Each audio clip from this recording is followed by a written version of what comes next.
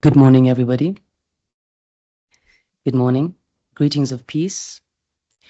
My name is Ritvik, and I am a Brahma Kumaris youth representative. It's so wonderful to have all of you join us today, and a very warm welcome indeed. A very warm welcome to the audience and also to the panelists. And just before we begin, to those of you who haven't heard about the Brahma Kumaris is a world spiritual university, a registered charity since 1975. And we open the doors every day, welcoming students from all walks of life, cultures, and backgrounds to study Raj Yoga meditation. And students find that meditating in this way brings a lot of peace, a lot of positivity into their lives. We also collaborate with many other organizations and work across globally in in the UK, more than 40 locations, and globally, over 110 countries. And so this session explores how inner strength, rooted in self-awareness and resilience, forms the foundation for ethical leadership. And leadership that is compassionate, principled, and courageous. And it challenges us to consider how personal transformation can shape collective action, guiding communities, institutions, and nations towards a more sustainable and a resilient planet, which is what we need. So just before we dive into the program, as you're seated, you might find a card in front of you. So what we have now is a short icebreaker activity. And don't show this card to the person sitting next to you. Just keep it in your hands and just read it. And as you read it, think about what it means to you. And there is an image on each of your cards. And so looking at that image shortly, with the person sitting next to you, see if you can describe this image so that they can guess what image is on your value card.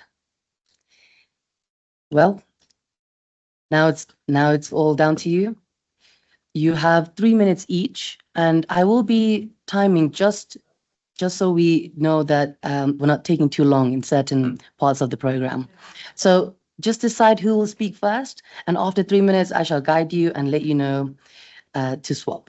So the main thing is you'll be discussing, firstly, a guessing game about guessing the picture, and secondly, what does this value mean to you? Okay.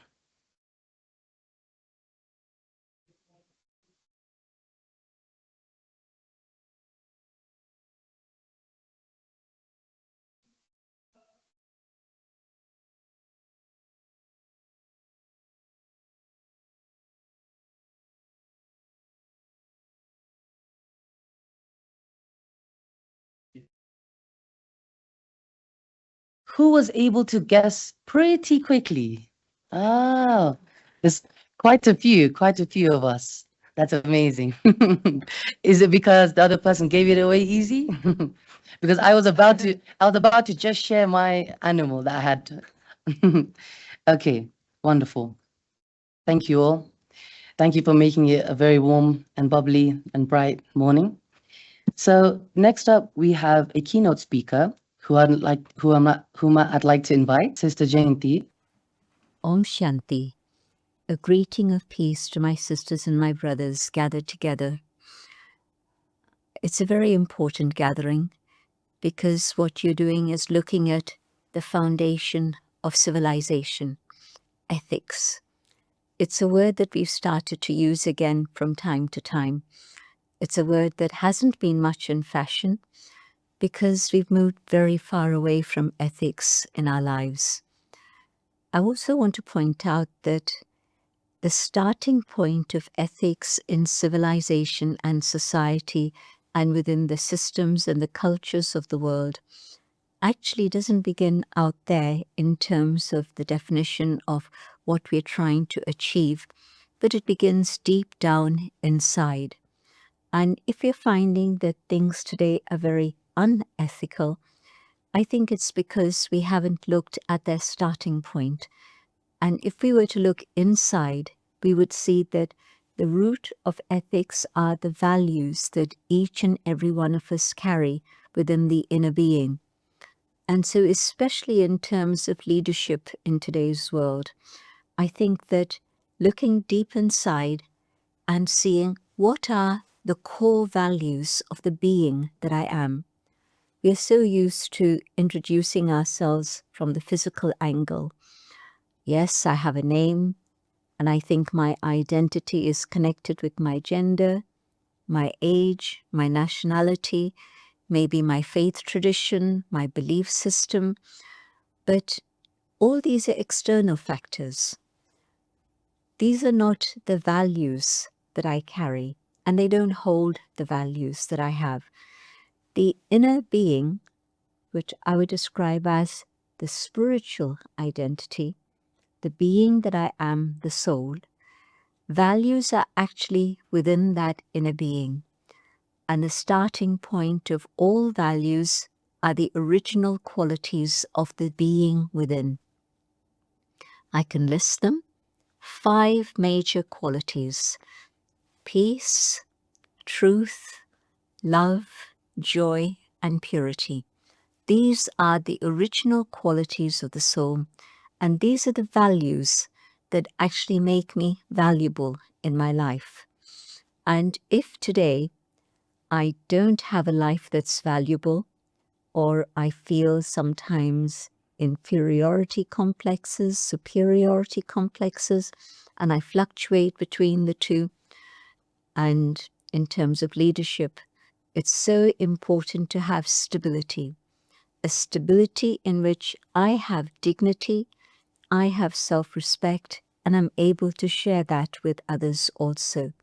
And so a leader means one who has equality of vision and is able to see everyone with that same vision, seeing the inner being and seeing the goodness and all the beautiful qualities and specialities that every single individual being has.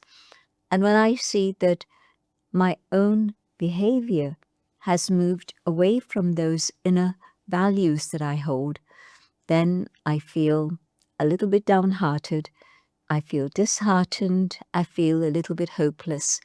But in today's world, I don't need to seek anchors outside.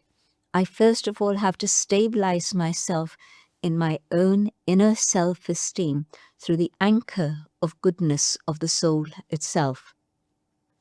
Values lie within the soul, and when I start using them in my life, then we can see these as virtues in the lives of each one of us.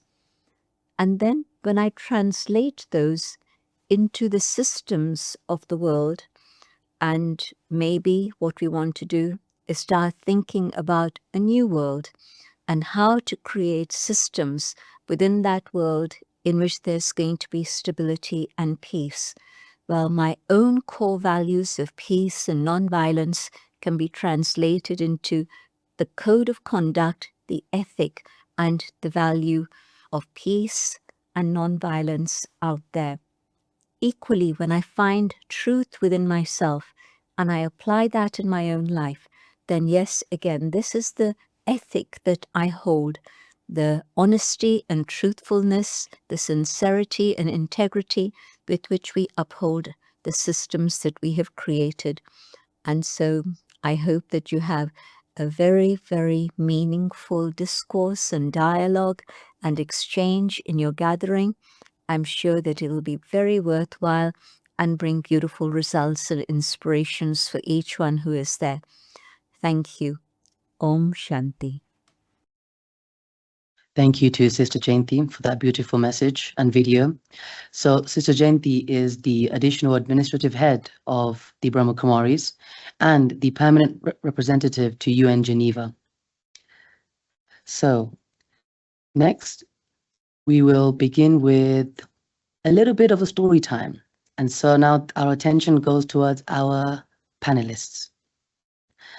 And We will begin with a question, and this question is, think of a time when you or someone you know showed exemplary leadership in resolving a problem or situation. And first, I'd like to ask Aneta. Aneta, you may have the floor.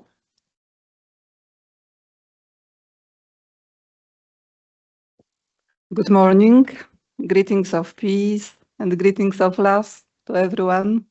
Thank you for coming and being with us today. And yes, I would like to share my experience and my inspiration from Daddy Janki. Daddy Janki was our senior sister. She was the administrative head of the Brahma Kumaris. She was the spiritual teacher, but for me, she was spiritual leader. And her leadership was not only ethical, but it was really what I call service-oriented leadership and love-based leadership. So whatever she did, she always kept the benefit at the heart of that. And Daddy Janki, she had this broad, far-sighted perspective, what we call unlimited vision.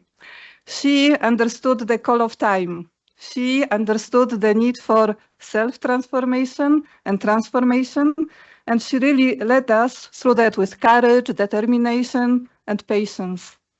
And she led us with integrity. This integrity was rooted in her unshakable faith in the divine. So she led with honesty, with simplicity, as God's instrument. And then she had very big heart, and everyone was included in her heart because she looked and she perceived everyone as her sister or her brother. And the earth was like a mother nature in her heart. So this is one part of the story. Second one is what I would like to relate is about the India One solar thermal power plant project. And this is research, development, and demonstration project, which was to show that it's possible to generate electricity from the sun for 24 hours a day. And Daddy Janki was a visionary who really inspired us to take up this project. And she led us through it. And this was a very unique project because it was designed, manufactured, installed, and now run by the students of spiritual university. So meditators. And very often we didn't have any prior experience or expertise in that field, but we all had this good intention to provide renewable, safe, and clean energy for our institute. And there were so many issues, so many challenges that we faced. You know, very often we didn't know what should be the technical solution because it was indigenous, innovation. We never have done it before. Very often there were no resources, human resources. Very often we saw, wow, no money. How are we going to pay to suppliers? So, and then at the peak of our activity, the main engineer, he got the brain tumor. So it was very challenging for us. But then Daddy was there. Daddy was always available for us. She would meet us. We would sit together and she would take us into silence. So we would remember the purpose, why we are doing this. Then she trusted us so much that she really empowered us and our high potential and creativity was able to emerge. And Daddy Janki, she was so stable, as Sister Jayanti was saying, in her deep faith for divine. So all this actually created so many solutions, and they always came sooner than later. And today, there is this wonderful solar power plant in Rajasthan, in India, and we supply clean, safe, renewable energy to our campus of 25,000 people. And this is round the clock. And it's not a story, it's a reality. Some of you have been there, and we invite all of you to come and visit us and to see the legacy of Daddy Janki. And just to finish, I would like to say that for me, like one of the motto or slogan that I take for my leadership from Daddy is that she always used to say, when there is love in the heart, there is light in the mind, and then everything becomes easy. And it's really true because I've seen it, that impossible became possible. So thank you very much for the opportunity to share it.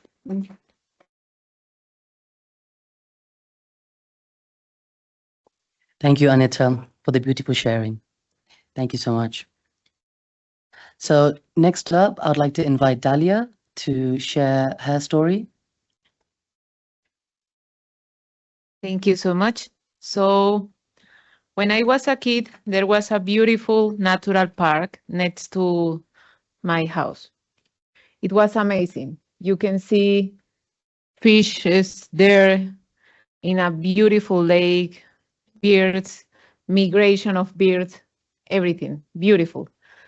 Then when I raised up at my 14 years old, that beautiful lake was dried. And the community started to propose different uses that they could give to that place that used to be a beautiful natural place, in which one I spent my most beautiful days with my sister, my brother, my mother, my father, and my dog. So at that moment, I remember the leadership of my mother. She teach me that leadership is not about to raise your voice and be stronger. It's about keep dignity and your values. At that moment, she started with us, with my sister, my brother, and I, to plant different plants to try to help the lake to become as it used to be. She started to talk with the local authorities only by her own, without any organization, without anyone else. And after 1 month, more than 100 neighborhoods were supporting her. She never screamed. She never attacked anyone. She never was opposing to any other proposal. She just showed to all the community that we need to restore that natural place. And now we still have that natural place. It's the only natural place, big natural place that we have in that community. So from her, I just learned that when you really love something and you really believe in your causes, that is enough. Others will be following your example without any effort. So to me, she is one of my biggest leaders because with love, discipline, dedication, determination, dignity, and keeping your values, you can achieve wherever you want. And she always have saying to me that nothing is impossible. It is about being empathetic. And when you find others against your causes, it is a very good example to try to be empathetic and put yourself on your shoes and try to understand them. And if at the end you cannot understand them, at least you can keep your values and respect the other ones. So that is my history of leadership.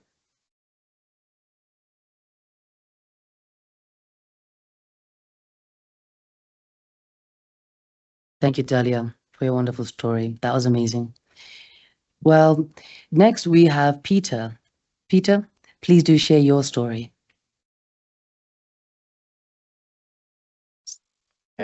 Thank you so much.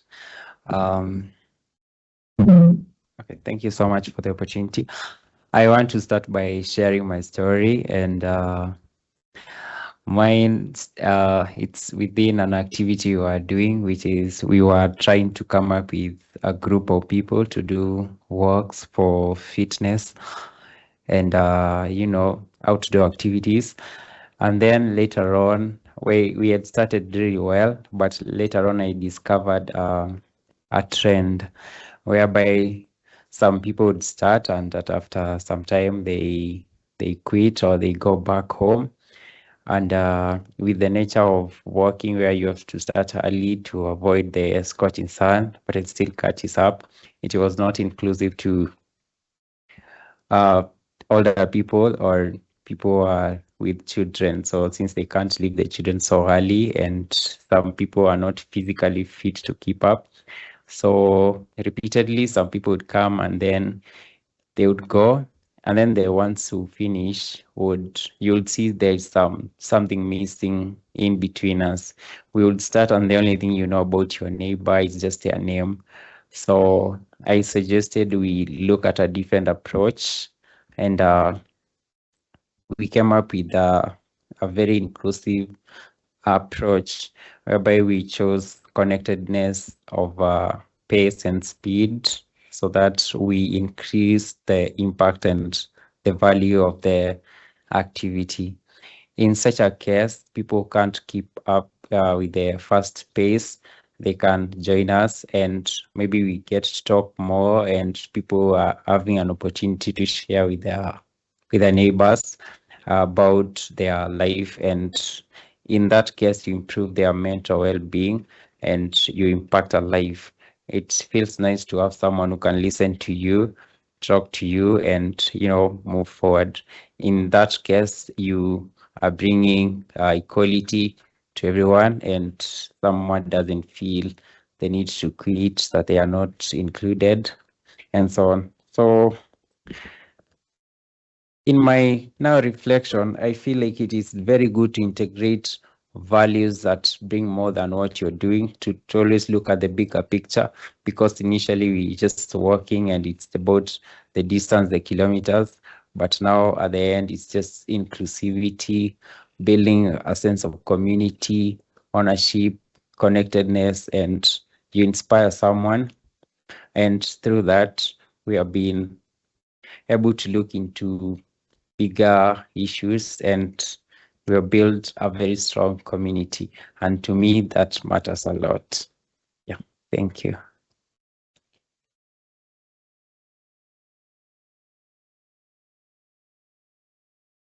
Thank you so much, Peter, for your wonderful story. And now, Vini, would you like to share yours?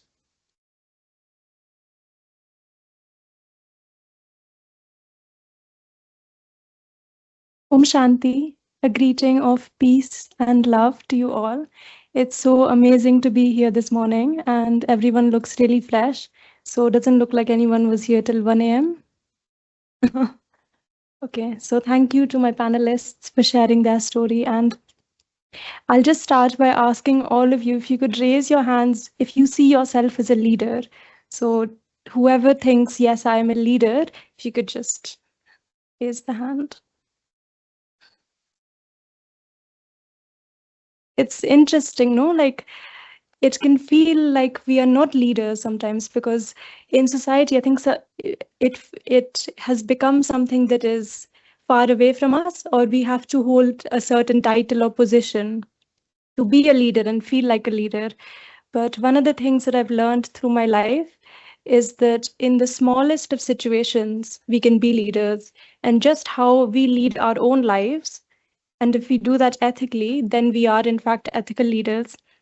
So my story is kind of linked to that concept, and it had a big transformation in my life through the story, but it was a small thing if you just see it. So quick context behind it. I have a job from 9 to 5, Monday to Friday, and the work that I do with the Brahma Kumaris is like evenings and weekends outside of that. So the person who inspired me and was the leader in the situation was someone in this room, actually, but I don't want to embarrass them. Someone that I work with almost on a daily basis. For the service that I do at the Brahma Kumaris. So from an outside perspective, you would see that it's like the youth leader for us, but the dynamic is more of a kind of older sibling. So this was earlier this year when I'd reached a point in my professional life where I thought that I can't do this job anymore, and I was falling out with certain colleagues. Things weren't going so well, and after a certain confrontation on one day, I decided this is it, I'm resigning from this job. But I have to obviously let this focal point or my point of contact at the Brahma Kumaris kind of I have to make them informed of what I'm doing. So I didn't want to speak to them because I thought, okay, they're going to try to convince me to stay at this job that I don't want to stay at. But I asked for an urgent call and I said, please, can we speak? And something that we, try and practice at the Brahma Kumaris is that happiness comes on top of everything. So don't do anything at the cost of your happiness. So I kept that in my mind and I said, if he tries to persuade me to stay at my job, I'm going to say, look, it's costing my happiness. You can't fight that. So with that in mind, we had that urgent meeting and I explained the situation at work to them. And I thought, okay, now he's going to start persuading me. But it really touched me that they just asked questions and they were helping me to work through the pros and the cons of both situations. So if I leave and if I stay, what are the pros and the cons? And half an hour, 45 minutes, they were just listening to me. Like they had nothing else. When you're busy, it can be so easy to give someone advice and then you cut the call, but listening as if there's no one else more important than me in that time. And that was so empowering. It helped me work through and make a decision for myself on what I should do. And when I left that meeting, they just said that you are supported, whatever you do, and whatever decision you take will be the right decision. Again, completely surprised me because I went into the call expecting something else. And being listened to and being able to work through it myself gave me the power to stay at my job, realizing that the cons of leaving were actually outweighing the pros that I thought. But it was such a beautiful story for me because had that person tried to convince me to stay, I would have definitely left. And the way that it shaped my life, having stayed there, I was able to secure a long-term secondment in the same company, but a role in sustainability, which has helped me come here and kind of opened new doors. But for that individual, they were just leading with that principle of listening to others, being respectful, not coming in with this ego that I can tell you what's right for you, but help guiding someone to make their own decision. And what he said about that I'm supported and that whatever I do will be the right decision. So that trust. And I think the trust and listening is kind of really what we need. So I hope I've not taken too much time, Ritwik. No. You're just in time.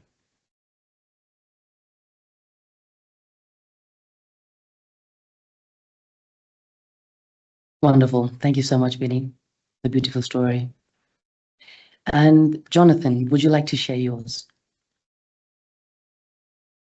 Thank you very much for having me here. As I've already been introduced, my name is Jonathan. I serve in Kenya Evangelical Lutheran Church, which is a member of Lutheran World Federation. Now, before I worked as a Secretary General, right now, I was working on development work. And mostly we're doing humanitarian. I was coordinating humanitarian work, development work, and advocacy. So I want to share my practical story that I have experienced during my work. One of the villages that we were working in the rural area was faced with floods, severe floods last year. And through our partners and one of the partners, we're a member of ACT Alliance and we're working with ACT Alliance. We went down there to look at how the situation is. And one of the things that it was very clear was the people affected, especially school-going children, had also been affected, the families, their homes had been destroyed by water. And as we were doing the food distribution and all this after all these processes, we were also considering the children, especially the school-going children in primary schools. And we identified a number of schools that their toilet facilities, the hygiene facilities had been destroyed, completely destroyed. And after the floods, they had to resume school. Now, in that situation, we asked the school committees to come up with a small budget so that we can have a reconstruction, can support them in reconstructing their toilet facilities. One specific school, they sat down and did a budget and called for a number of constructors. Now, within the committees, they were debating either to have a cheap and a simple structure so that they could save the money and buy other items and do some other things, or have a permanent structure which is safe and reliable. So majority of the committee members agreed to have the simple one, the cheap one. But the head teacher of that school stood up and said, no, I cannot accept, because this is about the children. We cannot have a simple one. This is about the safety of the children. We have to put in consideration the safety of our children. So we cannot compromise quality just because we want to do something else. This is about our children. And many people did not agree with him, but he stood up. And finally, he was able to take them through to understand why they should have the permanent ones and high quality, and he documented all the process. When he sent all this information to us, we were able to look and approved the strong one, the sustainable one. To me, he had developed not very good relation with the pupil, the committee. But to me, the head teacher demonstrated courage and integrity, and as a leader, he was putting other people's interests first rather than their own interests. So most of the times as leaders, we make decisions. But one of the things that we need to ask ourselves, what these decisions we make, how do they affect ourselves, our relationship with other people, but how do they affect other people as well, within our circles, but also in the community that we serve? How do they affect them? So every time we make decisions, we have to have these at the back of our mind. So to me, the head teacher demonstrated leadership, that leadership is not just about results, but it is about considering the safety of other people, the welfare of other people. Thank you.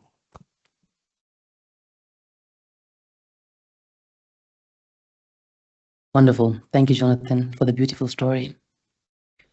Now, my dear audience, we have just heard 5 panelists share their amazing stories about leadership.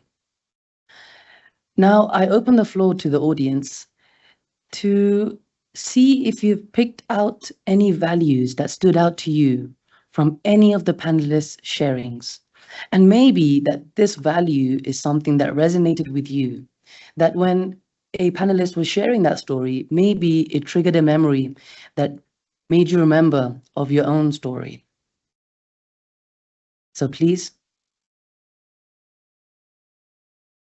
do just raise your hand. And if you'd like to just share one value that you might have picked up. I know each and every single one of you has at least one value in your mind right now. Yes. Good morning and greetings of peace to my brothers and sisters. When I was listening to all the panelists and the stories, so many stories just started flooding into me. But one of them was relating to my childhood value, and it's still there, authenticity. Authenticity simply means transparent, honesty, purity, and to be real.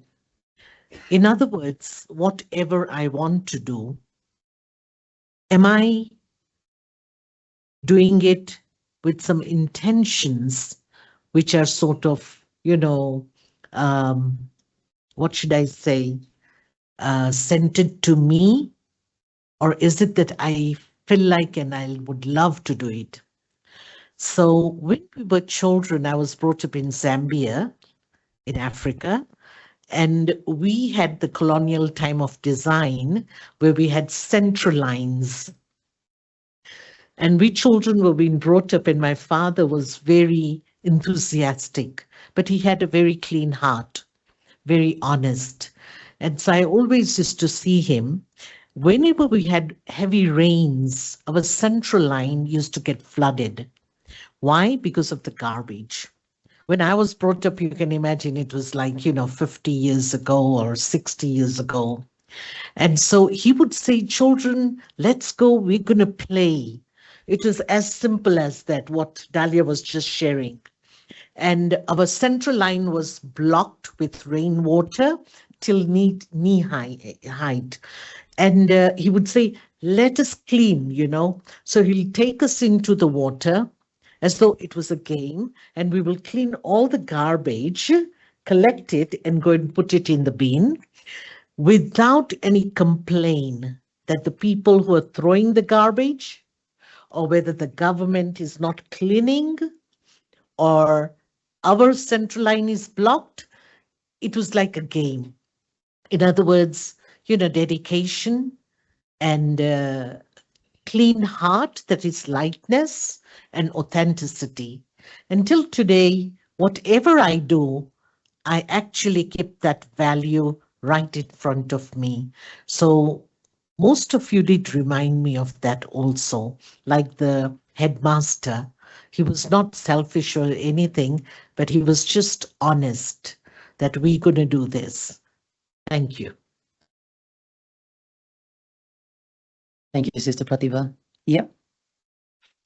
Hello, my name is Jatube Aziaka, and I'm so happy. For this event, personally, I want to attend. First of all, I want to thank Madam Anita, because last year we were together in Riyadh in Saudi Arabia during COP16 of UNCCT, and we work a lot together. And then I was one of the panelists of the movement Brahma. What I want to share is I thank you for this special event, because the value, we are talking about the value, and what Brahma is doing is very powerful, because if you just physical, you are not taking care about your, yes, you are not taking care about your spiritual well-being, you are not complete. And that both can build a good leadership. And I just want to thank the last speaker, the Mr. You said that if you just a leadership, but you are not thinking about the well-being of the welfare of the others, is not a leadership. And I totally agree. And I think, especially for we women, we need to pay attention. And for me, one of the most value for me is the trust.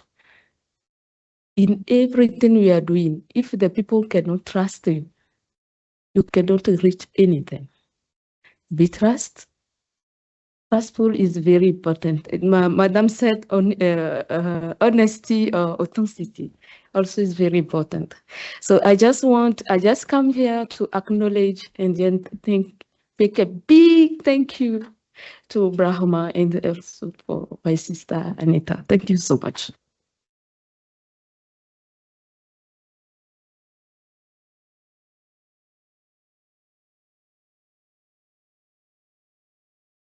Good morning. My name is Grove Harris, and I represent the Temple of Understanding, an interfaith organization based in New York City, but working globally. I'm very happy to be with my Brahma Kumaris sisters this morning, and I got the memo. One of the things I was thinking, Vini, in particular, when you were sharing your story, I was thinking about the power of being heard, which you spoke to so eloquently, and yet it seems a little different from the way in our work trying to influence the global politics we talk about being heard.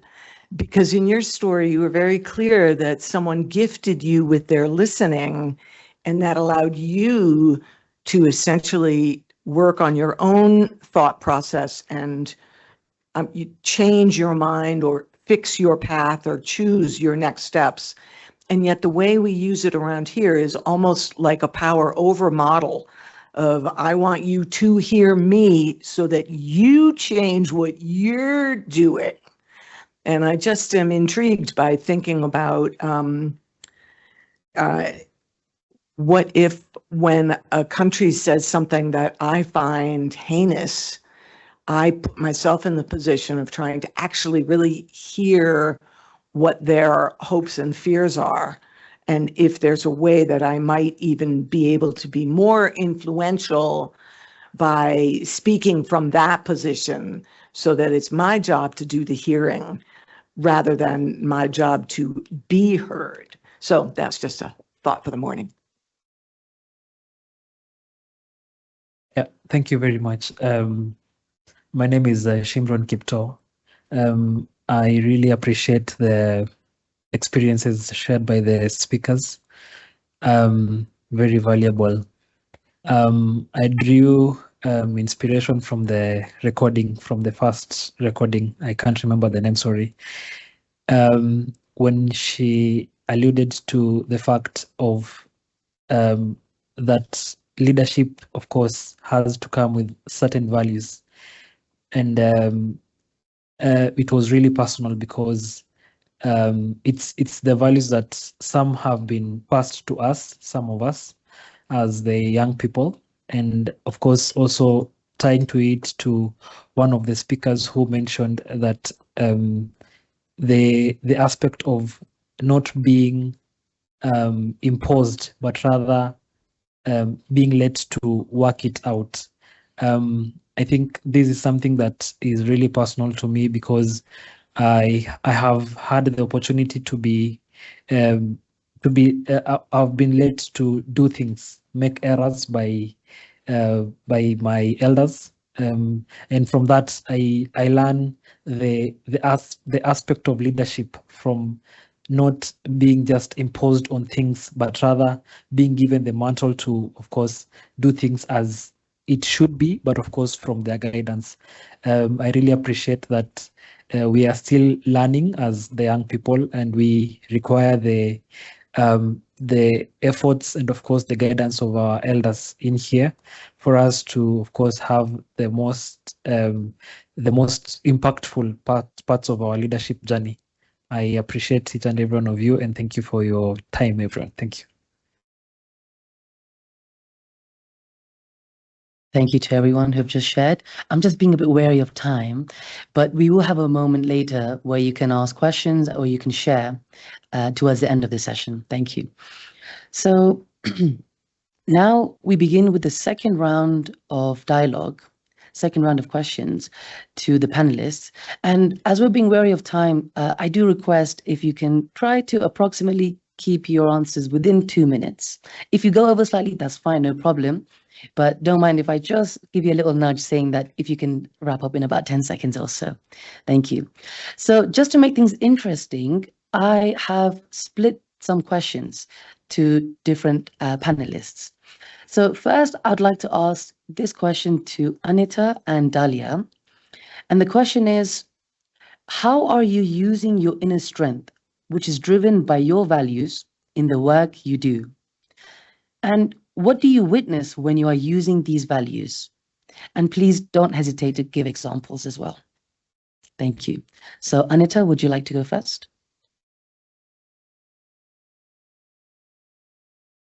Okay, thank you very much. So yes, when I was reflecting on this question, I think I would like to draw our attention or to share my experience, how I use 3 values and how they give me strength in whatever I do. And the first one is respect. And when I say respect, first is self-respect. I understood already quite a long time ago that I cannot respect others, or I cannot lead or guide others if I don't respect myself and I don't lead myself. So this has been quite a long journey, coming from taking respect from what I have done, what other people think about me, to what I really am inside and who I am. So this has been a journey. I've been quite successful in that, but for sure it continues. Then another one is humility. It's a big word, but for me it's like actually going out of my comfort zone, going beyond I and mine. And it means that often I just say, yes, I will do whatever comes to me. I say, yes, I will do it. I am able and willing to learn, to be open, to share. And this is one of my attitudes that I use. And then last is good wishes, good intentions. I think a good intention is a magical seed. You know, it's a seed that doesn't bring only one good fruit. It grows the whole tree of goodness. This really has been my experience. So I'm using this, and I'm doing all these things as much as I can in the work in different areas that I have no expertise, like solar energy, like regenerative agriculture, farming, like maybe women, youth empowerment, and with people from all different walks of life, from different faiths, from different areas of our globe. So I think this is the foundation that I would like to strengthen, and I hope you can take some inspirations, because it's about sharing, caring, and inspiring, really. Thank you so much. Wonderful. Thank you, Annie. Thank you so much. And Dalia, would you like to share? Yeah. So since I was a kid, and I bring you all to my childhood, because I think that I got most of my main values in my childhood. My mom and my dad used to work doing some voluntary work in marginalized areas. So, and I was like a witness of injustice. So justice is like the main value that makes me do what I'm doing. Therefore, I am a lawyer. Therefore, I am working to keep a safe environment, not only for human beings, for all the living species, because we need to try to ensure justice for everyone, and everyone has the right to a clean and healthy environment. But then I also develop other values in my life, like solidarity, dignity, love, and empathy. And right now, I am applying all these values in my daily day, in my work, in my activism, as an environmentalist, as a feminist, as a peace builder. About justice, justice makes me stand up when I am seeing injustice, to try to keep the balance, to try to defend those that doesn't have any voice. Therefore, I am in these spaces to raise the voices of those that doesn't have the opportunity to be here. By example, people in developing countries without any chance to have access to electricity, clean water, or even to go out of the place where they live because they don't have transportation. Empathy, because in these spaces, of course, we find a lot of people with different ideas, different perspectives. And I would like to give you an example before I end. And we need to try to see from the others, from the eyes of the others. Because I am living a reality in Venezuela, of course. But I'm sure that each of you are facing different challenges. And I have like a personal refrain that I repeat myself all the time. We see people smiling, but sometimes we don't know what are the words that they have inside and what are the challenges that they are facing. Therefore, I try to be empathetic with others all the time. And about solidarity, I truly believe in work supporting each others. And I create my own organizations to open the door to other young people. So that organization started when I have 17 years old, just to empower others. And we are achieving that, truly. And finally, love. Love is love and peace. It's a main value. And the example I'm going to share is that I was facing a difficult situation the last month with a big conflict in one of the groups in which one I am the lead, one of the leaders. One person was creating a lot of conflict around one specific situation. It was something very personal for that person, but it was affecting a full group, not only one or two, maybe thousands of people around the conflict without any knowledge. And in one moment, without being in the conflict, I was in the middle of that conflict, only because I was the one leading with empathy, trying to solve the problem, the situation. And I want to quote someone who tells me, don't do that. Don't do anything. The best answer to violence is do anything against them. That's it. And I was like, this is the best advice that I got in this moment. So I just will follow that. And I ignore the direct attacks that I was receiving from that person, even when I know that that person doesn't have anything against me. I just don't take it personal. I didn't do anything. And that shows me that truly peace and love at the end brings peace and love. And the situation was totally solved at the end. So those are my main values, and I try to keep them all the time here and apply them in real life.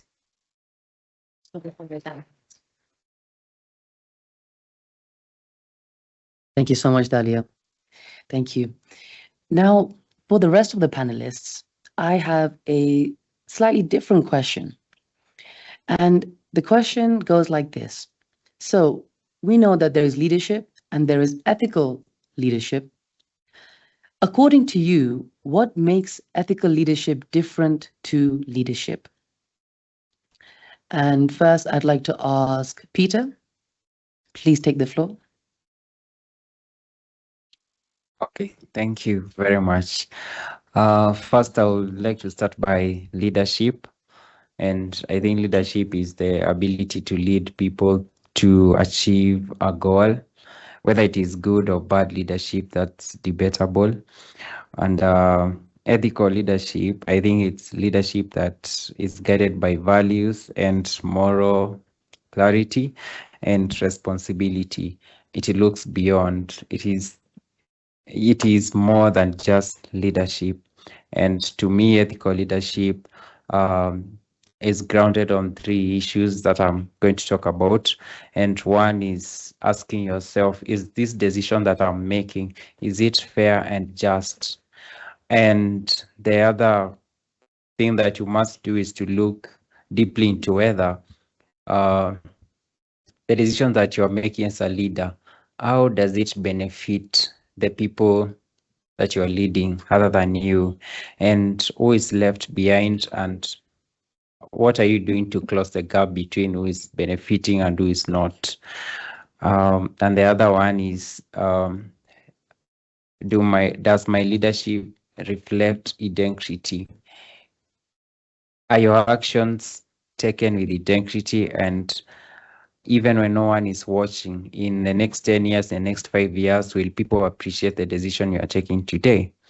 And I think ethical leadership is more sustainable, inclusive, and transparent. It takes more accountability. And as I conclude my reflection, I think if leadership is a calling, ethical leadership is a higher calling.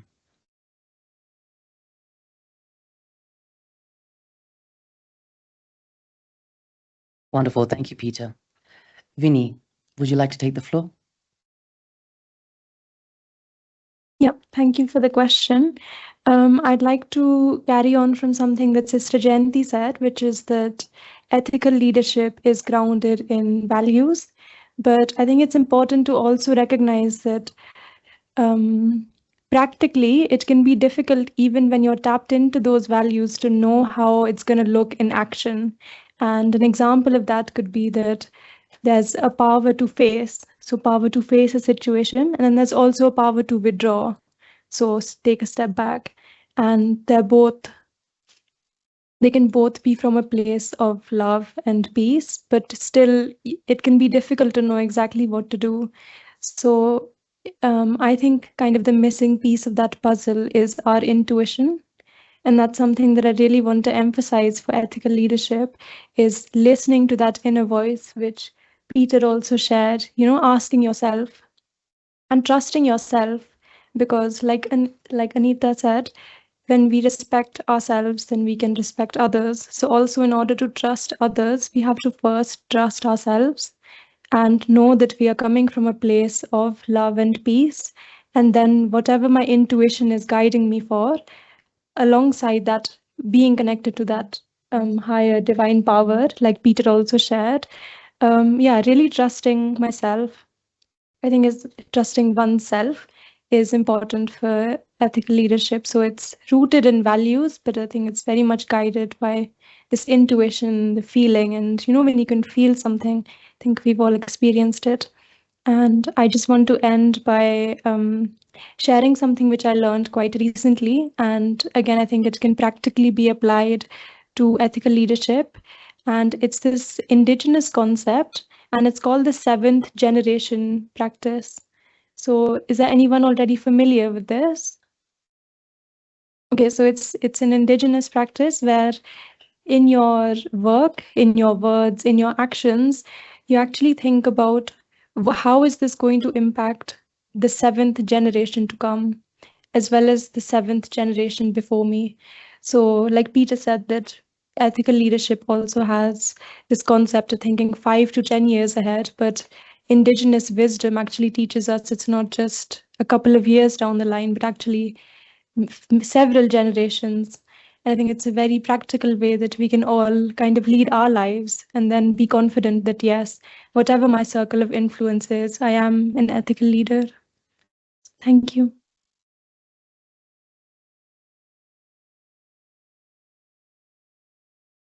Wonderful. Thank you, Vini. And now on to our last panelist, Jonathan. Thank you. Thank you for having me. And I want to just to continue with what my colleagues have said, but I want to give an example so that we can really be able to separate. Assume that you're a CEO. You're a CEO of an organization, you're manufacturing maybe engineering items or like motor vehicles or something, and then you're selling them. And you're making good sales, and the company has targets. You have a strategy, you have targets, and you know what it means with these targets. When you hit the targets, your pocket also meets the targets.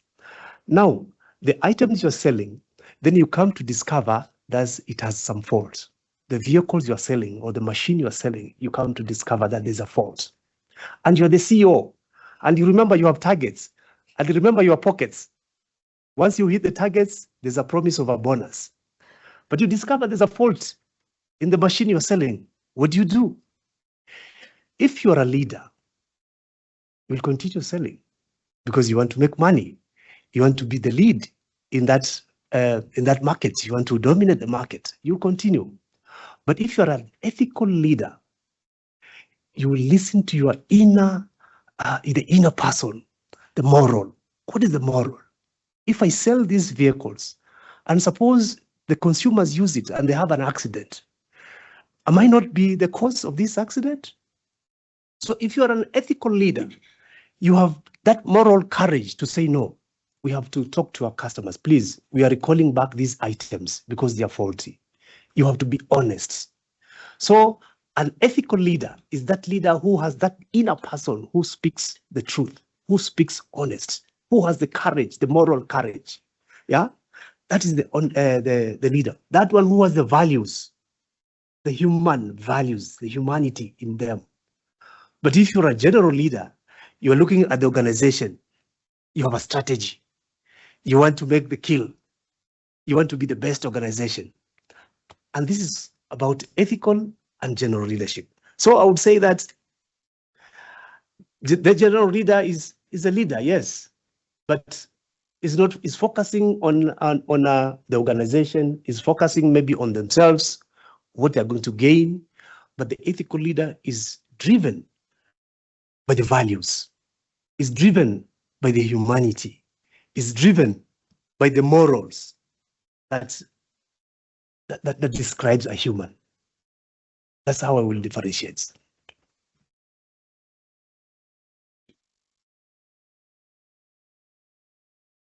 Wonderful. Thank you, Jonathan. Now I would like to invite Ambassador Sabina Nganga. Please take the floor.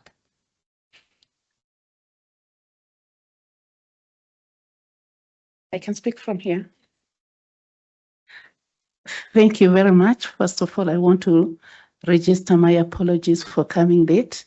I was delayed at the gate because we hadn't done the registration as is required. And I know I saw most of you passing by the gate as you are coming in. So I was here as early as 9 a.m., but this is God's appointed time. And that is, I am here now.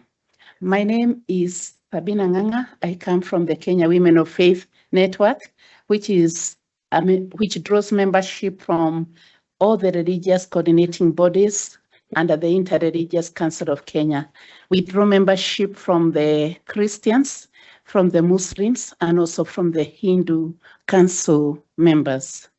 It is a great honor for me to speak to you today as a woman, a Kenya Woman of Faith member, part of the Africa Women of Faith in Energy, a community that is weaving together faith, resilience, and climate leadership every single day.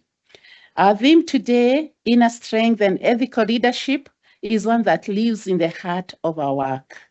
Inner strength, when we talk about climate action, refers to the psychological and emotional capacity of individuals and communities to sustain commitment, navigate challenges, and transform anxiety into purposeful action. Women of faith draw their strength from a spiritual well that never runs dry. Through prayer, meditation, and communal solidarity, women tap into the inner grounding that sustains their activism. It is through these inner strength that women are able to navigate in times of food insecurity, prolonged drought, ravaging floods, extractive industries like what we have witnessed in Akukulas in Turkana, and environmental injustices without losing hope. Over time, women have developed tenacity and perseverance.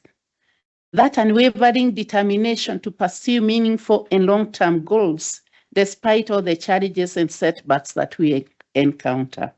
We have also developed a very great level of self-efficacy, which is a strong belief in our own ability to make a difference, which counteracts feelings of helplessness and hopelessness and empowers us as women and individuals to take consistent pro-environmental actions. We are planting trees, promoting renewable and clean energy, and working towards healing the earth by using natural ways to bring back our soil fertility without using acidic fertilizers in order to eradicate food insecurity. Just like the hummingbird, according to the late Professor Wangari Maathai, we believe in our very small ways we can make a difference. We have also developed resilience, which is the ability to bounce back from environmental shocks. Difficult emotions like eco-anxiety. We are anxious. Who can predict the seasons the way we used to predict? We cannot. And so we are living with our fingers crossed. And also grief, because we have lost property, we have lost people as a result of climate change. And even the setbacks of advocacy, because we don't know which door to knock at. Yes. And we have also developed a deep sense of purpose rooted in values like intergenerational equity, community welfare, and ecological balances. That is ensuring that there is an interplay of living factors such as animals and other microorganisms and non-living factors such as our soil and water in order to ensure that biodiversity and ecosystem functions remain stable over time despite the natural changes. We have also developed some level of emotional regulation. That is the capacity to process and manage wide range of emotions related to climate crisis. And instead of anger and fear, we have encouraged ourselves to cultivate hope and optimism. When we talk about ethical leadership, and I'm happy I was able to capture a number of points from the speakers, we are talking about a crucial, we are saying ethical leadership is actually a very crucial driving, it is very crucial in driving the effective climate action because it builds the trust and credibility needed for widespread collaboration and systemic changes. Our leaders must prioritize the common good. If we have to be ethical leaders, we must prioritize the common good. This goes beyond immediate financial returns and consider the long-term impacts of their decisions on the environment and future generations. And we call, as women, we call on our political leaders, please don't sell the birthrights of our citizens. Don't sell the birthright of our children. The earth is our common home and the only inheritance that we shall be able to pass to our children, our grandchildren, and even our great-grandchildren. Our leaders must take responsibility.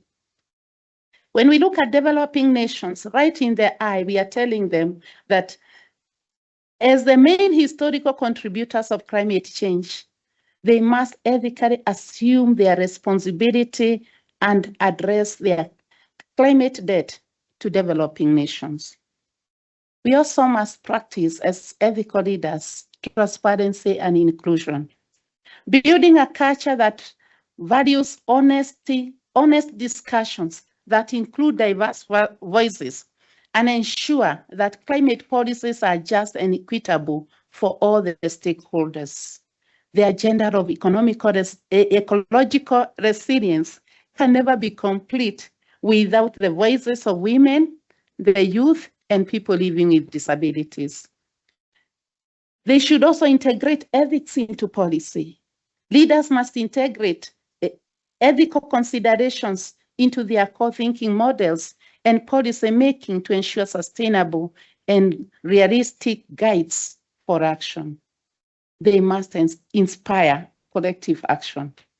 Ethical leaders inspire and mobilize others towards sustainable practices, which are essential for addressing the collective action problems inherent in climate change mitigation.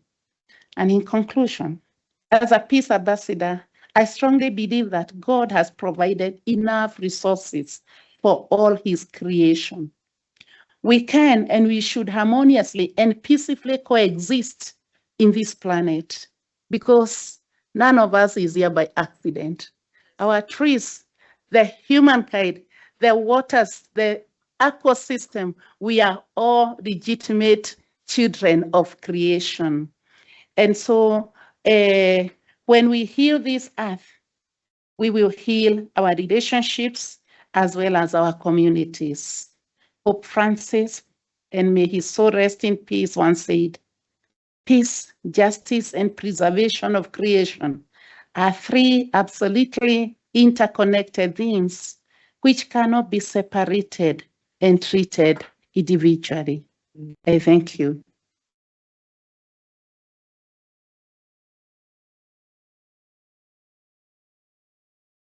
Thank you, Ambassador, for the beautiful speech. Now, just being wary of time, we move on to the final round of questions to the panelists. And I do advise if you can maybe try and keep it to around 1 minute approximately, that would be appreciated. So, or even less, that's totally fine too. So my question is, what is the one value or belief or principle or even a practice that you recommend that can help drive us towards creating a resilient planet? Anita, would you like to start? I would like to ask you to fall in love with silence. I think everything is included in silence. There is peace, there is wisdom, there is love, there is joy, and there is purity in silence. So don't be afraid of silence. It's not just absence of sound, but it's this inner state, sacred space, where my thoughts slow down, where I see clearly my true purpose, where I can touch my highest potential, where I can connect with the source, the divine, and I can get power. So then I can do whatever I want to do, whatever I have to do. I do it with dignity, I do it with courage, I do it with love and patience. So this would be my recommendation for everyone, because resilient planet needs resilient people. And resilience, I believe, is born in silence. Thank you. Thank you, Anita. Dalia? If I have to recommend one principle, of course, I will recommend justice. Justice opens the way for love, peace, and empathy to flourish. When we apply justice in environmental governance, by example, we ensure no leaving no one behind, including human beings and nature. Thank you. Thank you, Talia. And Peter? My value that I want to talk about is everything is interconnected. The humanity and the creation, they are all interconnected.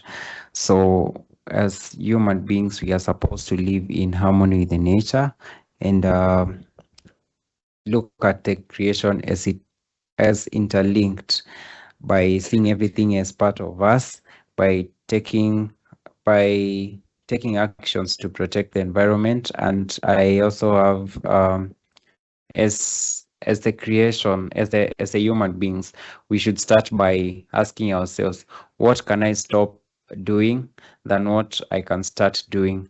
For example, you can stop polluting, you can stop dehumanizing other people, you can stop the pollution and so on. And when you stop that, it will be easier to start doing something else for the common good. So I call every one of us to uphold and live the covenant between humanity and the nature. Thank you. Thank you, Peter. And Vini? Thank you. I was thinking about different aspects of nature that we see all around us that are resilient, because I think the planet already is resilient. And when I was thinking about this, the first thing that came to mind was grass, which we are surrounded with. And grass is so resilient because it can withstand the strongest winds and storms. And then I asked myself, okay, what makes grass so resilient?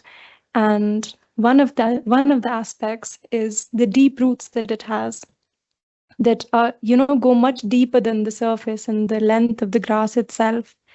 So just translating that to a practice for myself, and this is for myself as much as for anyone else, I'm not trying to preach, but maintaining a better balance of extroversion with introversion. So something that Sister Anita also touched on, something very similar to exploring that inner silence.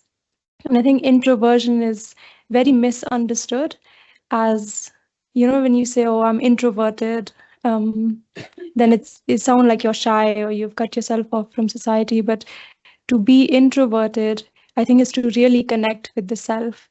And there's this beautiful exercise you can do if you've got a piece of paper, maybe a bit later.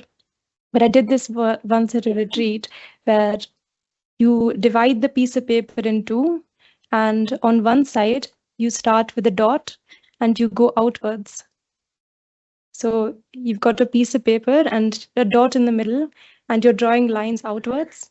And then on the other side, you're drawing lines inside from the outside.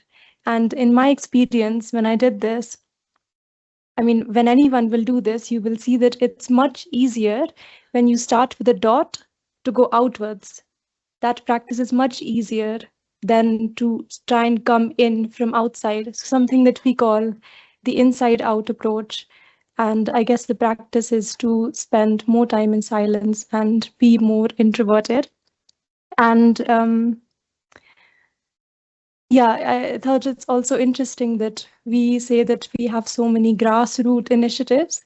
So maybe we can launch this for ourselves as my grassroots project for me to spend more time in that state. So thank you. Thank you, Vini. And Jonathan. Thank you very much.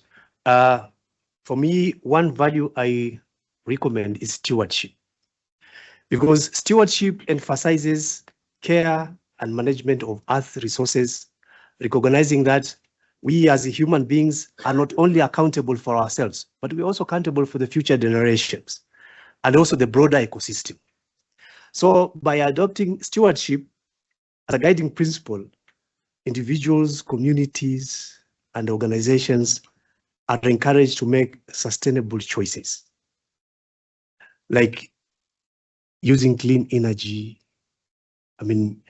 protecting biodiversity, reducing waste, and supporting generating practices that will strengthen the Earth's resilience.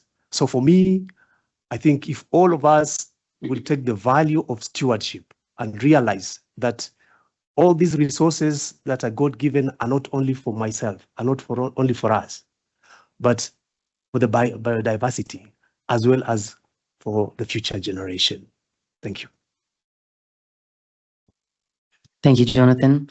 And once again, thank you to all the panelists for being so amazing. And I would like to say, so just on the screen up ahead, we do have a Talanoa at UNEA coming up. It's a dialogue where you can get involved, and it's really a space where it's open. It's a space for inclusive conversations that fosters understanding and collective climate action.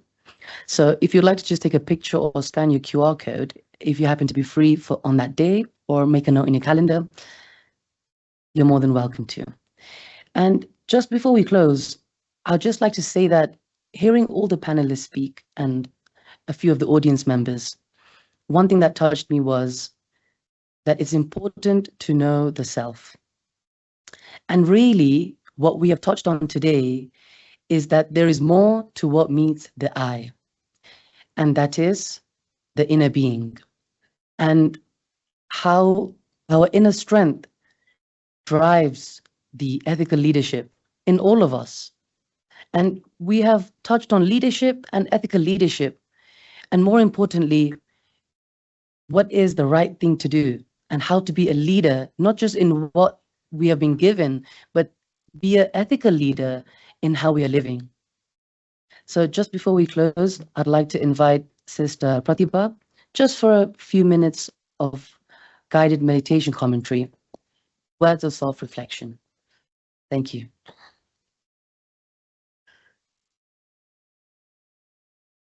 Greetings of peace. If we can all sit up straight. And we did hear about silence. So although things are happening around us, but if we can have an inward journey and slowly I withdraw with my mind and intellect and step within. Look for a quiet space within yourself.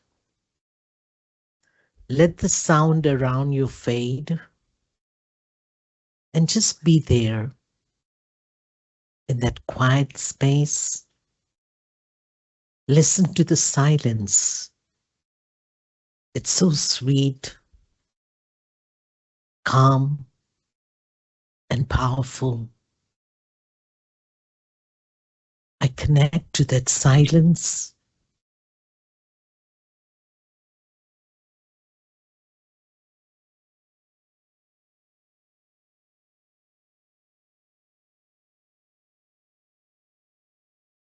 And considering myself as who I am.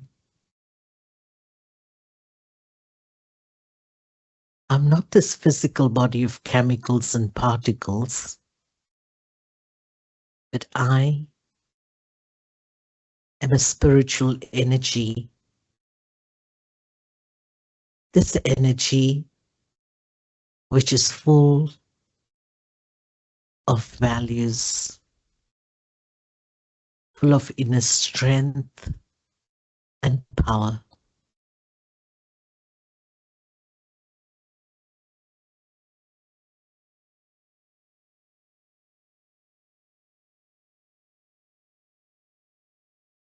This energy, I, the being, is peaceful, loving, and pure.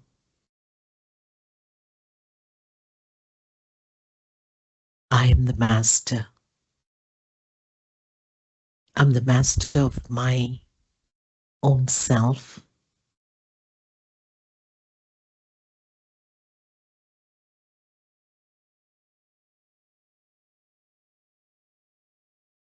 I'm a master free from ego and humble. I am a humble being.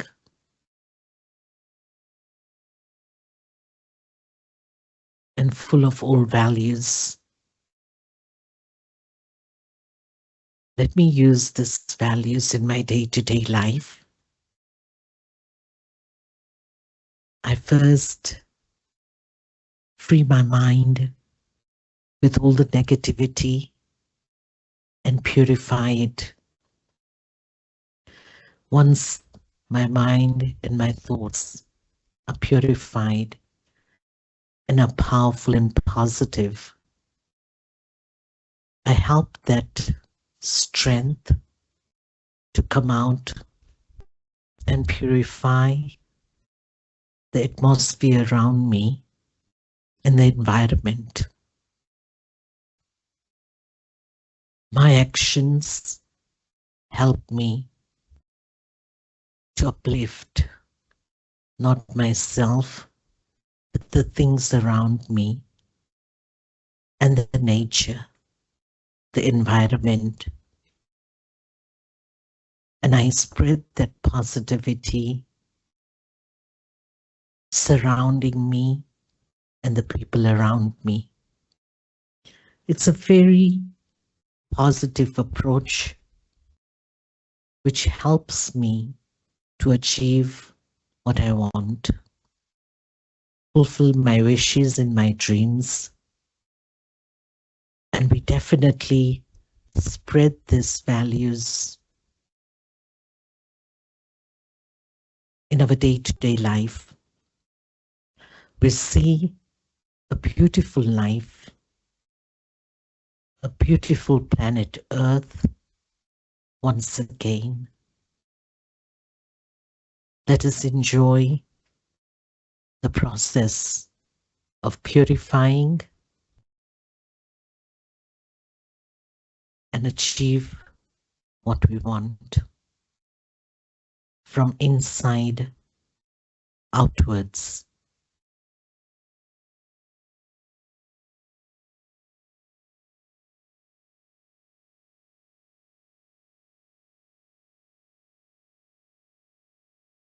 Thank you. Thank you, everyone. We do have a QR code on screen, so please do take a quick scan because we would like to hear your key takeaways from this session. And apologies to those that are waiting for the next event to start, and hope everyone has a great day and an amazing week ahead. Thank you.